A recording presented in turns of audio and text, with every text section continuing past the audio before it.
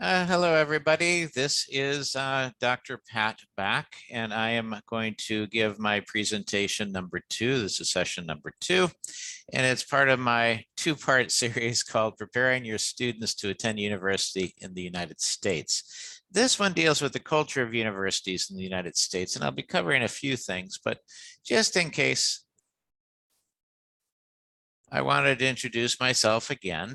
I am Professor Patrick Doherty. I work at Akita International University up here in beautiful Akita, and I am the Dean of the Faculty of International Liberal Arts. I'm also the head of the English for Academic Purposes program. And as I said before, I've been an educator for a very, very long time, about 34 years. And I taught 9 years as a high school teacher in the United States. I taught English, I taught social studies, I taught ESL. I taught 5 years as a high school teacher in Japan as part of an exchange twice. I spent 2 years and 3 years working in high schools in Hyogo-ken. And I've been working for about 20 years now at universities, different places around the world. And I've adjuncted, of course, in the United States. I've worked full time at universities in Japan, 2 universities to be exact. I've worked in Bangladesh. I've also worked for the United Arab Emirates for a university system there, where I was in charge of graduate programs in education. I'm currently, as you know, at Akita International University. I've been here for almost 9 years, and I've enjoyed every moment of it, actually. It's been a wonderful time. This is my agenda for this second session.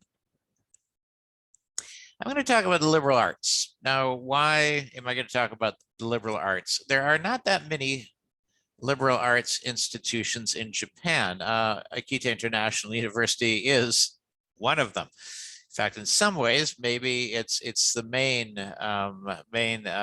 provider of liberal arts education and the way we teach liberal arts in Japan. But I might be wrong. Maybe people could counter that. But I'm proud of my university, and I think it does a great job of teaching the liberal arts. I'm going to talk about classroom, and I should mention liberal arts. So why am I talking about it? Because the ethos of the liberal arts and the way liberal arts education is set up is often, in many ways, is similar, especially to the first 2 years of most university students in the United States. And there's a lot of exploration of different subjects and things. You're not encouraged or not required to declare a major for some time, actually. So there's an opportunity for young scholars in the United States to really explore different subjects and topics, no matter what they're going to ultimately study. Even if they're going to go into engineering, they would still be expected to take history classes, English classes, literature classes, writing courses, maybe music and art. So, you know, we want, in the United States, the idea is kind of treating the kind of wanting people to be something like Renaissance individuals, you know, with experience in a lot of different things so that they can add to the public discourse when they graduate, not just in their designated area of studies, whether it be engineering or business or education, but in general as fully functioning citizens of what we hope is a cosmopolitan country. I'm going to talk about liberal arts so that you understand it, because it's important, I think, that anyone who's going to go and study in the United States at least understands what we mean when we talk about the liberal arts. I'm going to talk about classroom dynamics. They are different between Japan and the United States. I would say even like high school, junior high, high school, definitely, and university courses are different. They're taught with a slightly different pedagogy than you would normally find in the Japanese context. Talk about social and leisure life, something that I think university students are interested in, but there are lots of opportunities for that in American higher education. I'll talk about how a lot of times American universities are kind of set up almost like miniature cities, with all sorts of, services and places to go and have a cup of coffee, get a meal, go swimming, go to a gym, all sorts of things. So we'll talk about that. And then part-time jobs and employment. Now, this, of course, will be very much dependent on the situation with the young scholars visa. And I will encourage everybody to do careful research on visa applications and what you are allowed to do or not allowed to do if you hold a certain type of visa.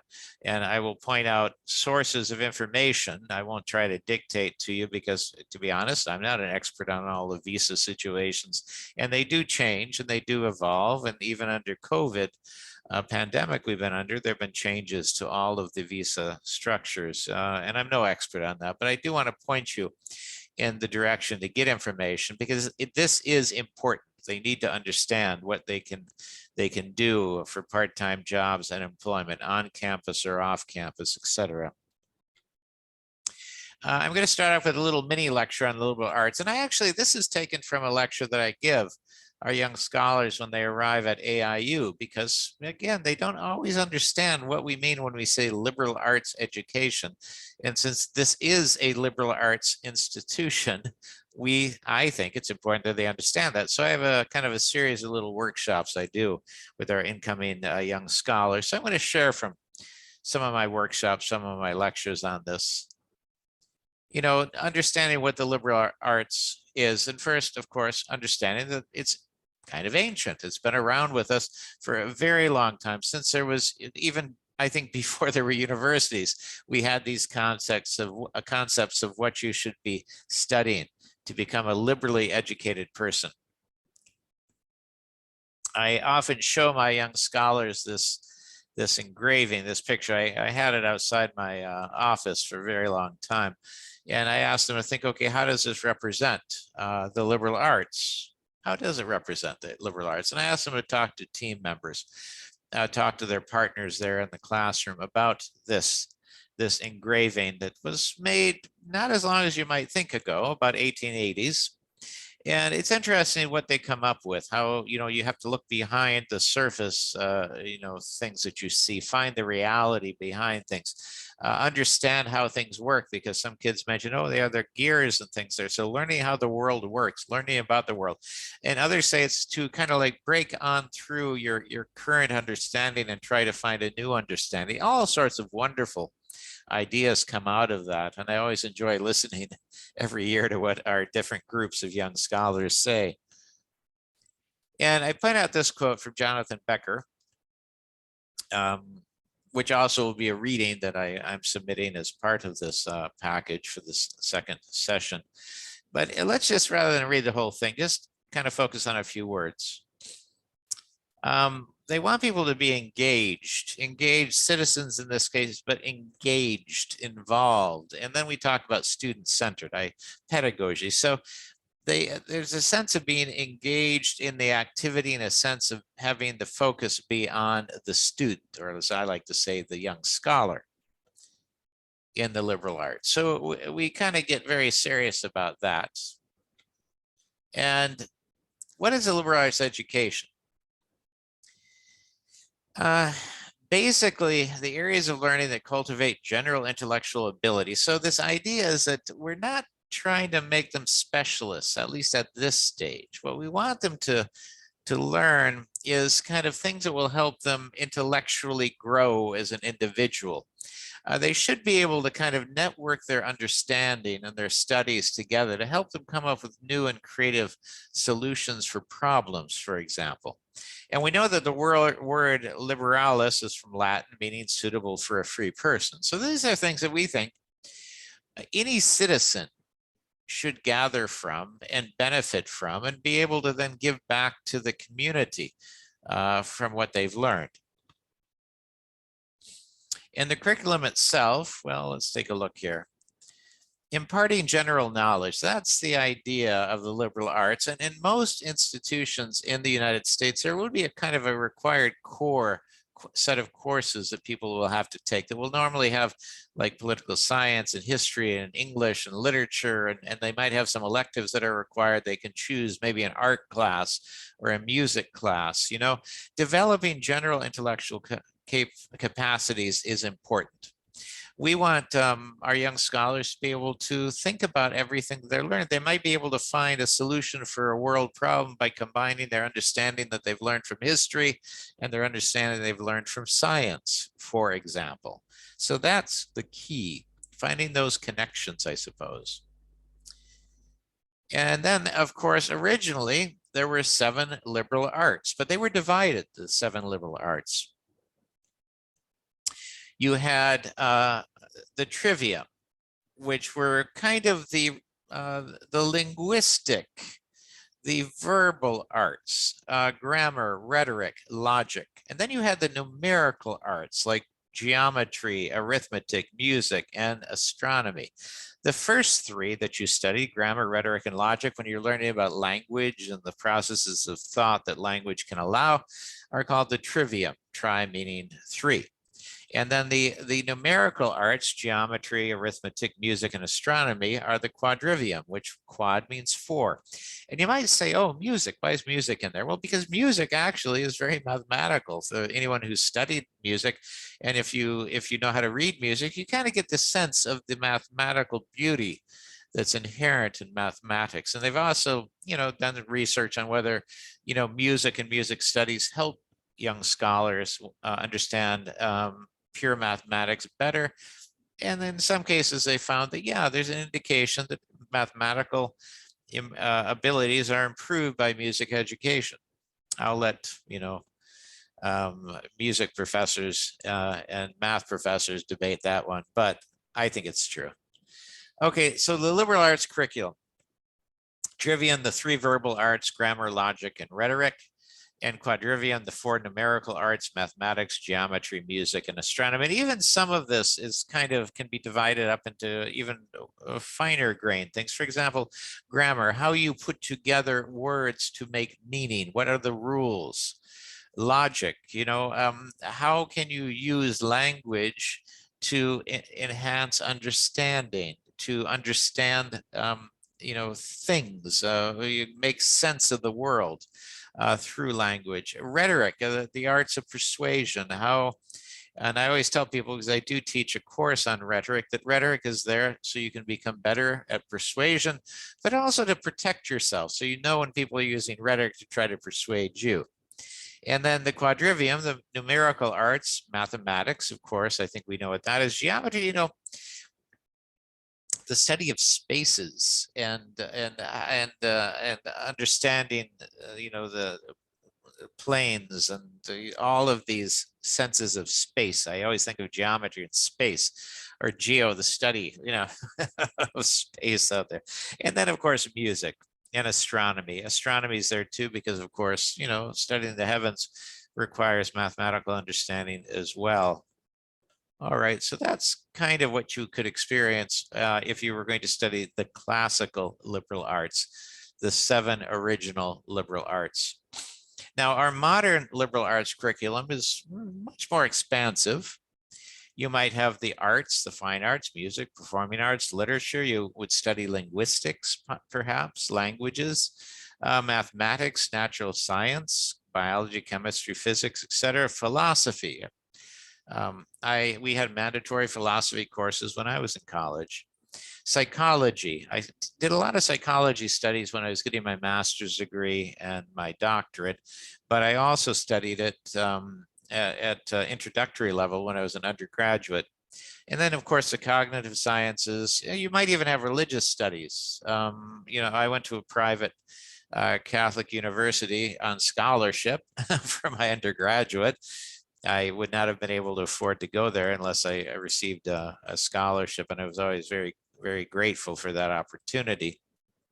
But we had mandatory religious study, but not just studying a religion, but comparative religions, studying religions from around the world. It was very interesting, those courses. Gave you insight to cultures and things that was very, very interesting, because it also gave you the sense of the value system of different cultures, what they considered to be important, how they understood the world, the universe, and the meaning of life. Those were fascinating. And then the social sciences, anthropology, economics, geography, political science, understanding mathematics, understanding history, understanding how the world works and how the world has worked through time. Okay, so that is the liberal arts.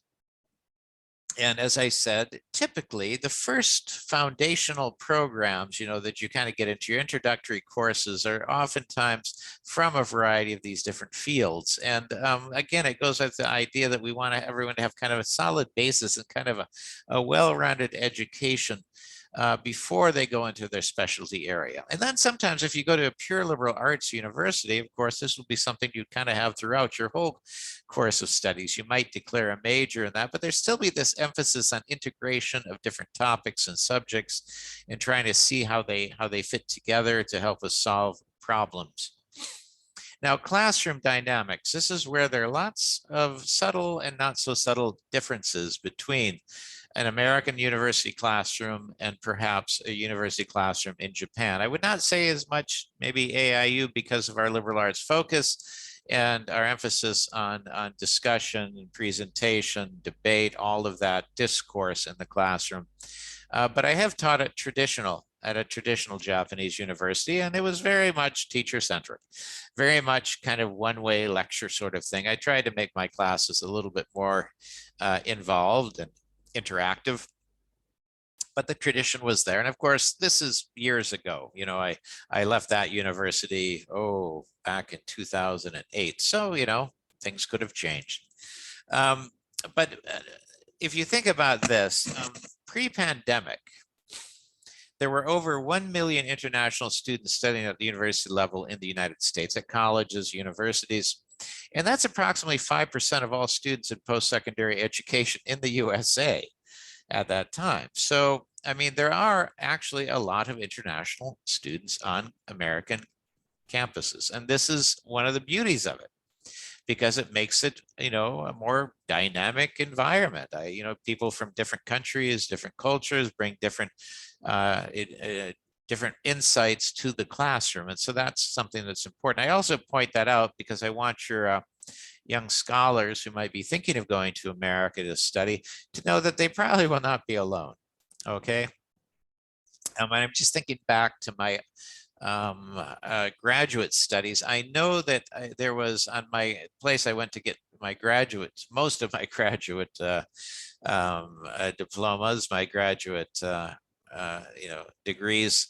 There was a Japanese club actually on campus, and there were lots of international students from Japan who joined, but also not just from Japan. There were people who were interested in Japanese culture from the United States who joined, and people who were not from the United States, other international students who also were interested in Japanese culture, and they joined. So, again, you'll find those opportunities where maybe the international student can kind of give back to the community by, talking about their own culture, maybe sharing in, some festivals and things that they can promote, Japanese culture. And I think that's a beautiful way for them also to give back to the community, both the university and maybe even the external community. And that is something to think about too. And this is not from the United States, but I just want to give you the example of it. And I'll talk about that a little bit with leisure, but I think since I'm walking into this topic now, I'll just share this story.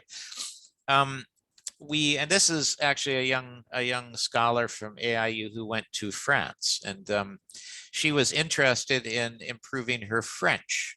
She was studying in English in France, but she wanted to improve her French. She'd studied several years of French. And so she actually reached out to the community. She was very interested in Japanese traditional culture. And so she had kimono and she had yukata, and she was very interested in traditional cultural things like origami and the tea ceremony. And some Japanese traditional dance, that sort of thing. And so she sent out notices to like the local community, like community centers and local elementary schools, and schools, high schools and such. Said, listen, I will come to your venue, your community center, your school, and I will put on, in French, I will put on a little presentation about, a Japanese traditional culture. We'll have the kids doing origami, or I'll show how, what a kimono is and how it's put together and all of that. And she told me that she was inundated by requests. So she was going out on a regular basis to like elementary schools and retirement communities and community centers and everything. It just, doing these little presentations, her French, she said, improved drastically. And she also had a chance to get out there and see people in the community beyond the campus. And she really liked that. And I think you could apply that same spirit to any situation. Maybe you could also do the same thing, in a community that maybe your young scholars might end up at in the United States. Maybe they can go to local elementary schools, maybe they go to community centers, retirement community centers, and talk about Japanese culture or things they're interested in. And that would be great too. So I just want to throw that out there. Maybe I should have waited until I talked about, leisure and that, but it is a way to give back. And I think it's a good idea. Okay, so they probably, as I said, won't be alone. I mean, there'll be other international students there. Yeah, but there are some traditions and expectations for all students, all young scholars, international or not, when we talk about the American university classroom. And the classroom dynamics are also influenced by what we might call typical, and I don't like this, American values, but there are values that we share, I think, as a group, as Americans. And we talk about independence and equality. Informality is significant, although I'll talk a little bit about that, and directness, say what you mean. Okay.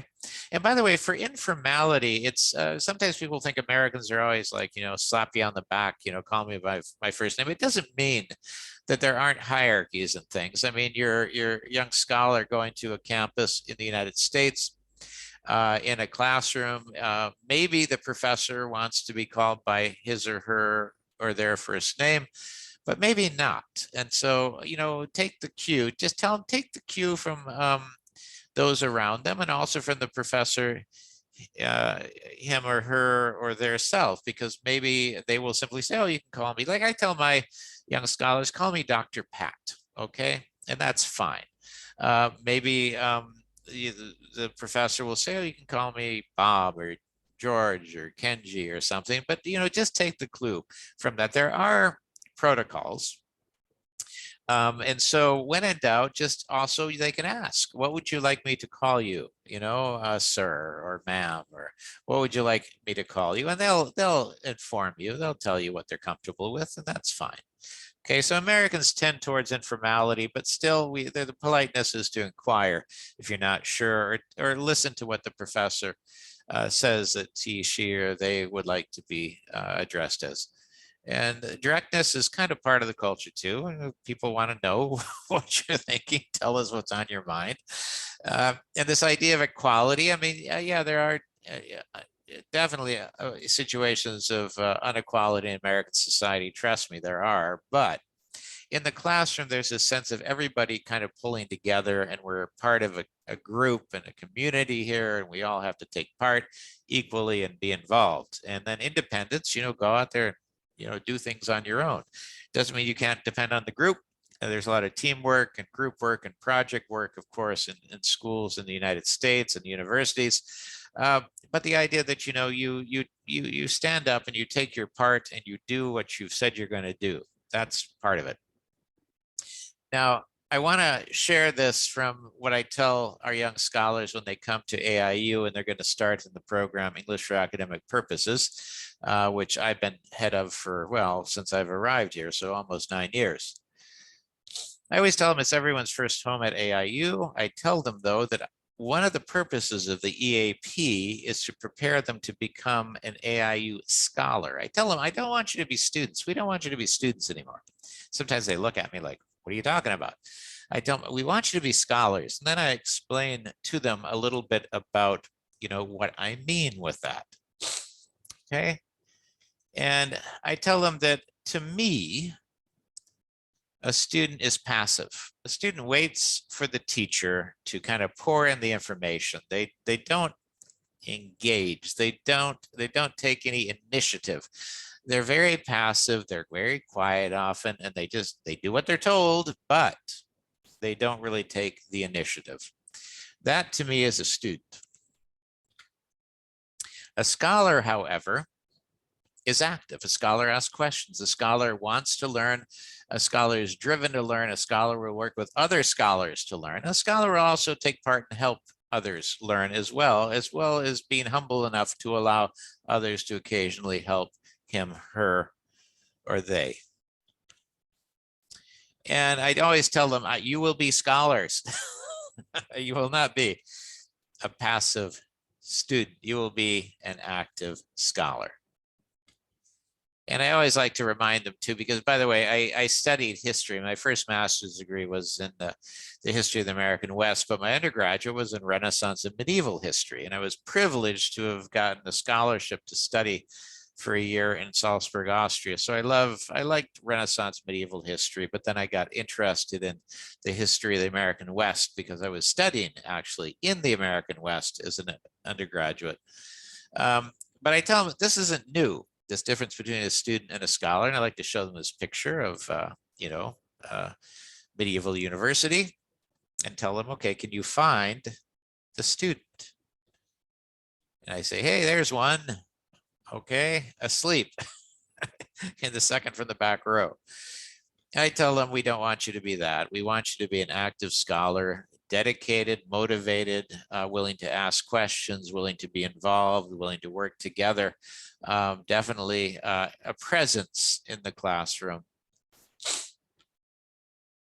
And we know, as I tell them, that this is not something that we just would do in my university, but we know that genuine learning is something that's an active process. As Mortimer Adler would have said, he was also an educational thinker and a philosopher as well. But he said that, and he was kind of a classicist in a way. He felt that, a lot of the classic education was good. The great books should be read. But he said that it has to be active. You're not going to learn unless you are actively involved. And I think we can think back to our own time as young scholars. And if we think back to things that we really still carry with us, it probably were times when we were engaged in activity. Like, I remember my science projects, I remember when we were engaged in activities, even as early as elementary school, where we, for example, because I lived up in the kind of American North, we had maple trees. We would go out in the fall and we would tap the maple trees. We would collect the sap. We'd come back, collect that, then we boil it down. We'd ultimately make maple syrup. And then we would invite our parents and the teachers and everyone, and we'd make pancakes and have the maple syrup that we made. We'd learn how to make maple syrup, and it was active. And I still remember. I remember that. I remember that activity. I remember what they were trying to teach us, again, because we were active and involved. Now, we can't do that all the time, go out of the classroom and do things, but we can encourage activity in the classroom. And so you might be thinking, well, how am I going to prepare my young scholar to do this in the United States? Well, maybe you can look at your own pedagogy. Do you provide opportunities for your young scholars in your classroom to ask questions, to be engaged, to work together, to do projects and things? Yeah, we might not be able to do all the time, but integrating some of this will be vital for them, I think. And it's also, I think personally, and I'll just say this, good pedagogy. And so learning is more effective when it is an active rather than a passive process. Okay, thank you, Kurt Lewin. And so in an American classroom, asking questions is important. Professors want you to ask questions. Asking questions is not something that's considered negative. It's not a statement that, oh, the professor didn't explain things adequately. No, it's to drive the discussion, to drive the class and the learning. asking questions is essential. Asking questions if you're not clear is essential. Now you might say, okay, well, what if you have a huge classroom, 700 kids, in studying, and that does happen at our big, state universities. How are they supposed to ask questions? Well, most of those situations would have the class broken down into smaller units that might be assisted by TAs, teaching assistants. So they might have the big lecture with the professor, but then they would have secondary discussions in smaller groups with graduate student TAs. And so there you could ask questions. But I don't know of any professor who doesn't have office hours and who would not welcome people asking questions. And nowadays with technology, sometimes, using the chat function or things, there are all sorts of wonderful dynamic ways that professors try to break down the barriers, even in big classes. But asking questions if they're uncertain or unclear or just want to learn a little bit more about something is essential. And professors will appreciate it. They might even designate a part of the class where, okay, this is our Q&A session or something. But I can't think of any professor myself, thinking back even to my own time as an undergraduate, who didn't welcome, questions, as long as it was like at the right time. Maybe you weren't interrupting, but a polite question is almost a joy for professors to answer. I'll say for myself, okay, maybe others would disagree. And you need to be engaging in discussions. There are lots of expectations of classroom discussions, and you can't just sit there and say nothing. So that professors might get you into groups and say, okay, I want you to discuss this topic and I want you to come up with kind of a consensus, and then we'll hear from you. And so your student, your young scholar should be ready to do that. And there are a lot of projects and teamwork in classes in the university level in the United States. They're very much project-based in a lot of the subjects and fields. So ask questions, essential, ask questions. Be ready to discuss and work together. Okay, you got to be willing and ready to discuss and work with your fellow students. And they might think, oh, my English, oh, what am I going to do? I don't speak as fluent. That's okay. You're not going to get better at English unless you practice speaking English. And oftentimes you'll be in these classes with people whose first language is not English. So, they'll all be kind of working at it, and it's fine. And most professors, I think in the United States, are used to or should be used to dealing with people who are operating in their second language. In fact, a lot of the professors are operating in their second language. They might not speak English as a first language. So, hey, there'll be sympathy there. There'll be understanding. There'll be compassion. There'll be empathy. And I'll also talk about things that are set up within the university itself by the universities to help. Okay. And then, when you do projects and teamwork, again, they have to be involved. They have to be willing to take up and do the tasks that their team needs them to do. And also they should be willing to lead occasionally. It might take a little bit of time for them to get the confidence, but they should be taking a leadership role at some point in their projects and their teamwork. And I wanted to point this out that most universities, I think all universities and colleges, they take it serious that they want to have good academic support. So they have tutoring centers. This is from Northern Arizona University. Why am I showing it to you? Because this is where I got some of my graduate degrees. This is where I got my doctorate, for example, and my first master's degree and my second master's degree. Okay. And so they have tutoring centers, they have academic support centers, and this is just an example. This is a public university in Northern Arizona with about 31,000 young scholars attending and more graduate students than that. And by the way, when I was a high school teacher down at Hyogo-ken, I had several young scholars, several high school students who were interested in going to America to go to college. I actually recommended Northern Arizona University to one of them, and she went there and she graduated, and now she lives in Arizona. Her studies were kind of into studies of like the climate and things. It's interesting, but she now lives there and works and studies and the research is in Arizona. But look at this. I mean, they have tutoring programs, they have supplemental instruction, which means, okay, you want more math instruction, we can give it to you. More English instruction, we can give it to you. Smaller group, focused on your needs. Academic support itself, you can take testing, you get your TOEFL, IELTS, those sorts of things. All sorts of things are there for you. And most universities in America will have these opportunities, these support systems. So make sure that your young scholar knows that you have these, that there are these support systems, and they should seek them out. They shouldn't wait until they are having academic difficulties. They should go, and if they want to work on their English, there'll probably be opportunities to do that. If they need to work on their writing, a lot of campuses have writing centers. So there's a wealth of opportunity to get extra help.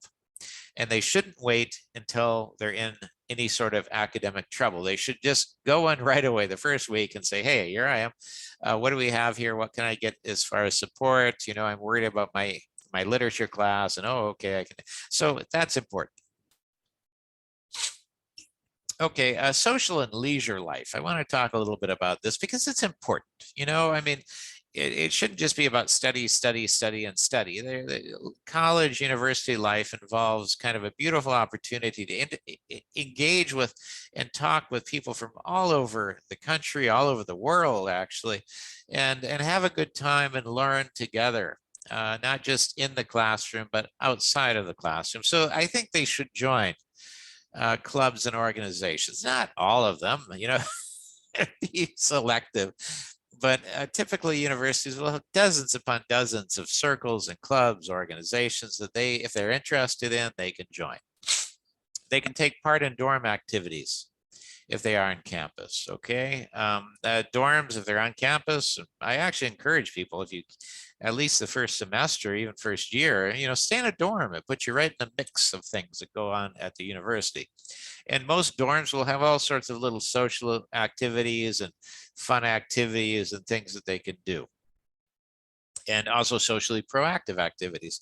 One of the things my dorm did, when I was way back when I was an undergraduate, was we volunteered to work at a homeless shelter serving meals. Okay, so there are also community outreach activities that these dorms and organizations do that will get them off campus and get them out in the community as well.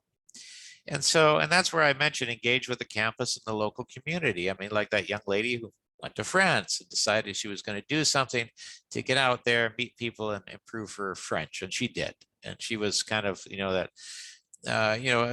very proactive sort of personality. But anybody can do things like that if you put your mind to it and you reach out and you ask for contacts and things. You can do that also.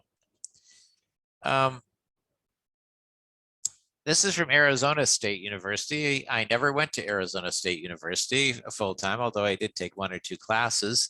But my wife graduated from Arizona State University as an undergraduate. This is her alma mater. So here we are talking about my wife's alma mater, so I can talk a little bit more about campus life, generally in America, but I thought I wanted to give you some real examples here. But as they say, this is from their website, good grades are important, yes, but good grades paired with unforgettable experiences, true friendships, and memories that you always cherish can make your college years some of the best of your life. So that's what I think people should try to do. Go out there and yes, study hard, but also engage in other activities on campus. There's usually a wealth of things. Look at that. I mean, again, Arizona State University, they have clubs and organizations. They even have study abroad, although the kid would already be studying abroad. Research opportunities, entrepreneurship, career advice and activities. Athletics are an important part of the American college experience. And I want to talk about this. So this is going to be a video within a video. We'll see how this goes. But this is from my undergraduate alma mater, the University of Portland up in Oregon. Okay, I wanted to show you just on a very small campus because it's not a big place. In fact, I enjoyed the fact it was a small campus because I graduated from a kind of a small high school in a small town in the Midwest. And so when I went across the country to go to school, I was kind of, I felt it was a great place to be because it was, you know, accessible in a way. It was a small community. You could kind of get to know everybody and all the professors and everything. So I liked that. And then when I went to graduate school, I went to these much larger state schools. But anyway, let me just share this. I'm going to talk about what's available on a typical, you know, in this case, modestly sized university campus. Hopefully we will hear the sound. I don't know if you can. Let me just make sure. Okay, I'm going to stop for a moment because I want to make sure that when I share the screen, I share the sound. Yes, okay, there I did. Zoom is wonderful, but sometimes I forget to share the sound. You have to push that button. Okay, here we go. Let's see. Just listen to me. Hopefully this will work okay. Okay, everyone, I just want to give you a little example of all of the sort of facilities that are available on a typical American university, you know, campus. And this would be an indication then of all the things that your high school students could look forward to as far as engaging in like recreational activities, sporting activities, etc. Usually, for better or for worse, American university campuses, those who set them up take it seriously that it should be a place where students can spend quality time, not just studying, but also looking after themselves, socializing, and enjoying life of the mind and also life of the body on campus. So for example, this is my alma mater, my undergraduate alma mater. It's the University of Portland. So let's just look here. This is from their website. I want to look at athletic events and event and athletic venues. So I just push that button. You can see all of these different locations. They have a wellness center. They have the Child Center that has a huge basketball courts, athletic, weightlifting areas, all of that, as well as an indoor jogging area, which is important because this is in Portland, Oregon, where it rains a lot. They have baseball fields here. They have soccer fields. They have rugby pitches. They have football fields. And they have a tennis center over here. They have the auditorium here. And I know somewhere along here they have a pool as well. I think it's over here now. It was in a different building when I was there, but I think it's in the recreational and wellness center here. So lots of things that they can do. And then student resources. Oh, they a lot of pitches here too for soccer and other things. And student resources as well.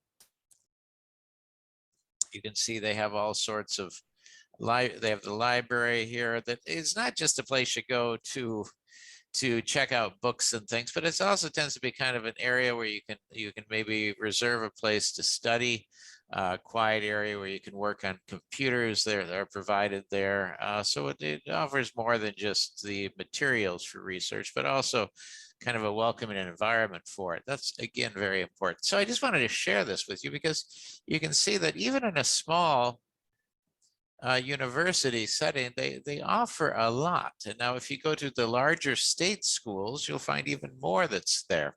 But they try very hard to make sure that it's a good environment to live in, a good environment to study in, a good environment to socialize in. That's important. They usually have lots of events. When I was going there 1,000 years ago, you know, there were almost every week we had a play or we had a concert or they were putting on a classic movie or something, or there'd be kind of free lectures from visiting scholars you could attend. Clubs always were putting things on. So it was a very lively campus way back when. And I know because I visited it not too long ago, it's still a very lively campus. A lot of things are provided. Okay.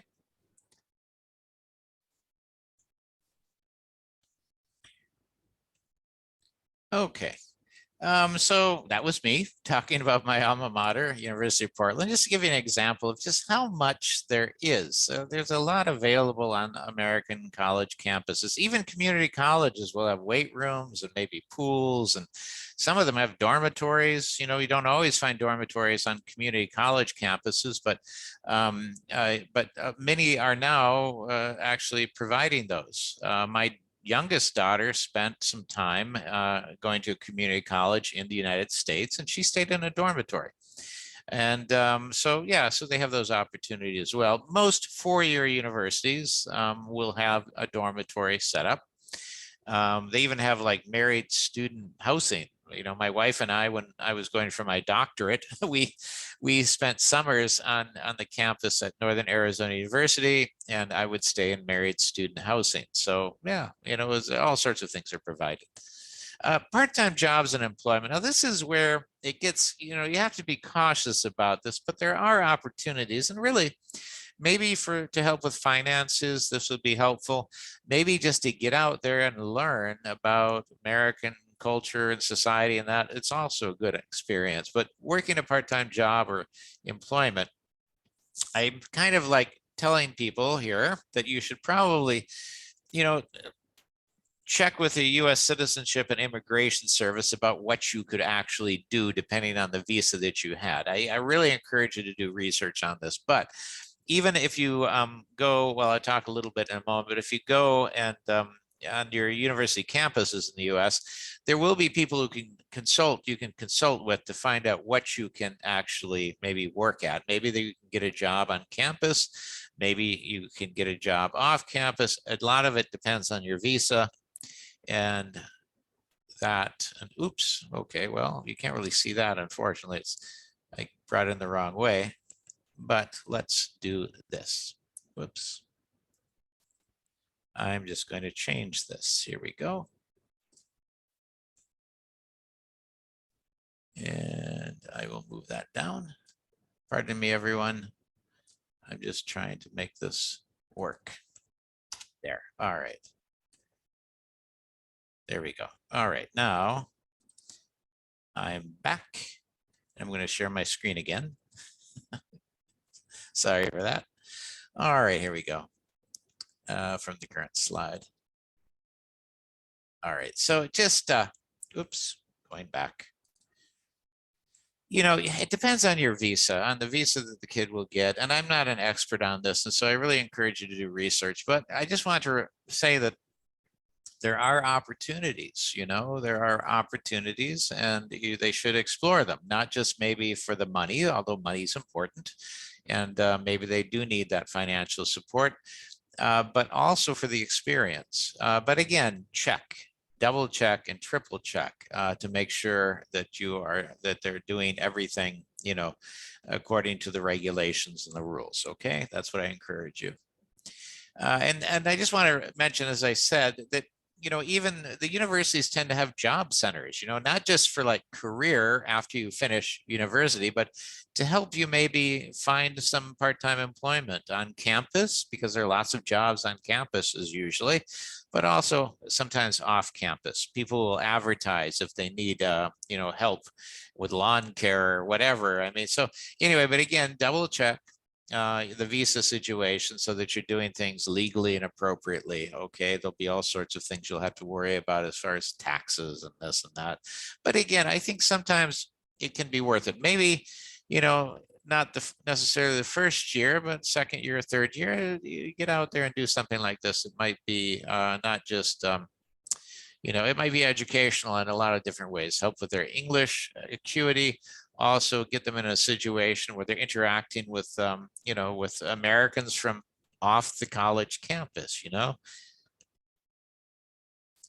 I mean, I have one very good friend who, you know, this is years and years ago, so the visa situations have all changed, but I actually decided to take a semester and kind of like not go to campus, like a semester leave, and decided to work actually for a semester in America because he wanted to kind of learn more about American culture, improve his English and all of that. Now, again, that depends on the visa situation and everything else, so be very cautious with that. But again, it can be a very good educational opportunity as well as a way to make some money. And as I said, support is offered. Support is always offered, I think. Community colleges, university level, most of these universities are going to have an international student and scholar service or center or office or something. And make sure that your young scholar, your high school student going to America to study, that they take advantage of this, that they go in, they make sure that, you know, they establish contact. They usually will put on like, especially at the start of a semester, start of an academic year, they'll put on little programs to kind of help students acclimate to the campus environment, learn about the rules and regulations, what they can and cannot do. Maybe they're going to get they have an international license. And so they want to talk about how they could rent a car or something to go on a road trip, you know, during a holiday, all sorts of things. So anyway, they will provide you with information. This is from Northern Arizona University, my graduate alma mater. But again, I think anywhere you go, they will be able to find support. And it's important that they seek it out, that they go there, that they make themselves known, and that they take advantage of the opportunities that are provided. These are my references.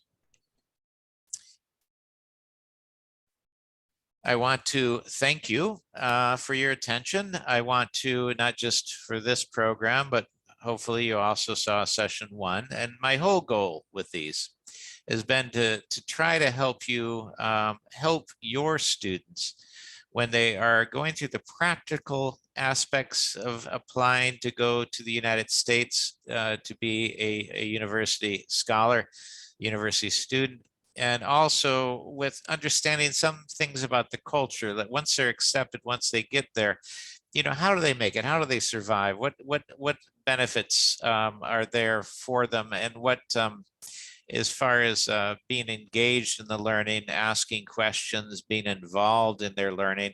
So we've gone through a few things, haven't we, here in this session? We've gone through, and I've talked about the liberal arts, again, because I believe that in some ways the American system of education, university level, as well as is based on, at least a portion of it, a liberal arts framework, okay, where they study a lot of different subjects. The core, often that they call it at universities, the core subjects. And maybe electives are included that they have to take, you know, they've got to take so many electives in the arts and things, and but that's part of the experience. So I wanted to make sure that you had a chance to learn about the liberal arts. I talked about classroom dynamics, you know, expectations of behavior in a classroom, that you can't just be quiet. You have to be asking questions, being engaged in discussions, being engaged in activities, that they need to be fully engaged. And that's the expectation that university professors will have. You got to say something, you got to talk. It's part of the lesson is to be involved in discussion and things. Social and leisure life, there's a lot of opportunities at most American universities to be involved in the life of the campus. And so encourage them to get out of their dorm room, encourage them to go out there and meet people on campus and beyond, and join a club, be involved in an athletic activity. I mean, all sorts of things. I was an intramural volleyball when I was in university, just for fun. And it was set up between the dormitories. And again, it was just a way to get out there and engage and be as part of something. I was in the poetry reading, you know, we would write and read poetry. You know, I was also, even though I didn't, wasn't fully involved in the acting side, I really enjoyed the theater activities that were going on there too, as well as the music. So lots of things, you know, and they'll find things that they're of interest to them, but they can also give back. Like maybe there's a club where they can, you know, international club, and they can put on, you know, activities and things that focus on Japanese culture, and that, I think that would be very much appreciated. So encourage them in that area too. And then, as I said, part-time jobs, working, I think it's a good idea. I think it's good for socializing, for maybe making a little extra money, also for just learning about the culture, people out there working outside the campus. But again, you have to be very cautious, make sure that they are clear with, they can ask these questions also to the international office about what type of employment they're allowed to have as an international student, and how many hours or that. So again, be very careful with that. But I encourage them to take it all in. The university college experience in the United States is, I think, very exciting, very dynamic, very interesting. You'll learn things in the classroom, and you'll also learn a lot outside of the classroom, but only if they are fully engaged in the whole process. They have to be those who get out of their dorm room and engage in the community on the campus and beyond, and be active in the classroom. But anyway, through you, I wish them luck, and I know that they'll be successful. But this has been a nice opportunity for me also to reflect on the experience of getting students ready to go to America, and also reminding myself of what expectations are there on college campuses in the U.S. and in college classrooms in the United States. So thank you, everybody, for your attention. I hope this has been beneficial for you. I hope it's been educational. And I'm hoping that, you can kind of start a dialogue amongst your peers, talking about international studies and what you can do to support your high school students as they get ready or are thinking about studying abroad. Thank you, everybody. I appreciate your attention.